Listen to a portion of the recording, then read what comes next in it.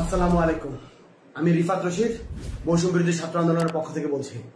একটা কথা স্পষ্ট করে বলে দিতে চাই, এই খুনি সরকারের সাথে আর কোনো আলোচনা না। এই খুনি সরকারের সাথে আর কোনো আলোচনা না, আর কোনো বসা না, আর কোনো মীমাংসা না, আর কিচ্ছু হবে না। তারা প্রত্যেকবার ক্র্যাকডাউন চালিয়েছে। বাংলাদেশে গণহত্যা চালানোর পরেও আমরা শিক্ষার্থীরা যখন রাজপথে নেমেছিলাম তখন আমরা চুপ করে বসেছিলাম।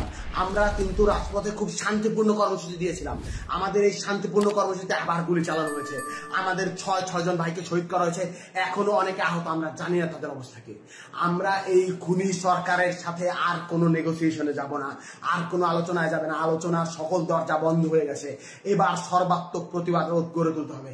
আমার ভাইদের রক্ত যারা ঝরাচ্ছে, বারবার করে আমার বোনের রক্ত যারা ঝরাচ্ছে, যারা জীবন ঝরাচ্ছে, তাদের সাথে আর কোনো আপোষ নাই, তাদের সাথে আর কোনো কথা নাই। এত সুশীলতার আর কোনো জায়গা নাই। এইবার একদম চূড়ান্ত পতনের ডাক দেওয়ার সময় হয়েছে, চূড়ান্ত ঘোষণার ডাক দেওয়ার সময় হয়েছে।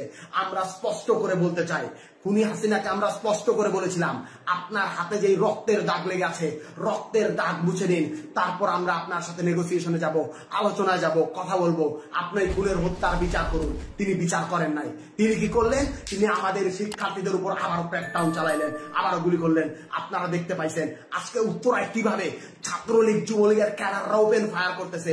আজ হবিগঞ্জে আমার ভাই শহীদ হয়েছে, আজ সিলেটে আমার ভাই শহীদ হচ্ছে, আজ খুলনায় আমার ভাই শহীদ হচ্ছে, আজ লক্ষ্মীপুরে আমার ভাই শহীদ হচ্ছে, সারা বাংলাদেশে আমার ভাইরা শহীদ হচ্ছে। এই জিনিস কেন হাসিনা করতেছে? এই জিনিস ওই খুনি হাসিনা, ওই স্বৈরাচারী হাসিনা কেন করতেছে? জবাব দিতে হবে। ও পাগল হয়ে গেছে, একটা মানুষ সাইকোপ্যাথ হয়ে গেছে। একজন সাইকোপ্যাথ কিলারের হাত থেকে এই বাংলাদেশকে রক্ষা করতে হবে। এই বাংলাদেশ আর স্বাভাবিক কোনো মানুষের হাতে নাই।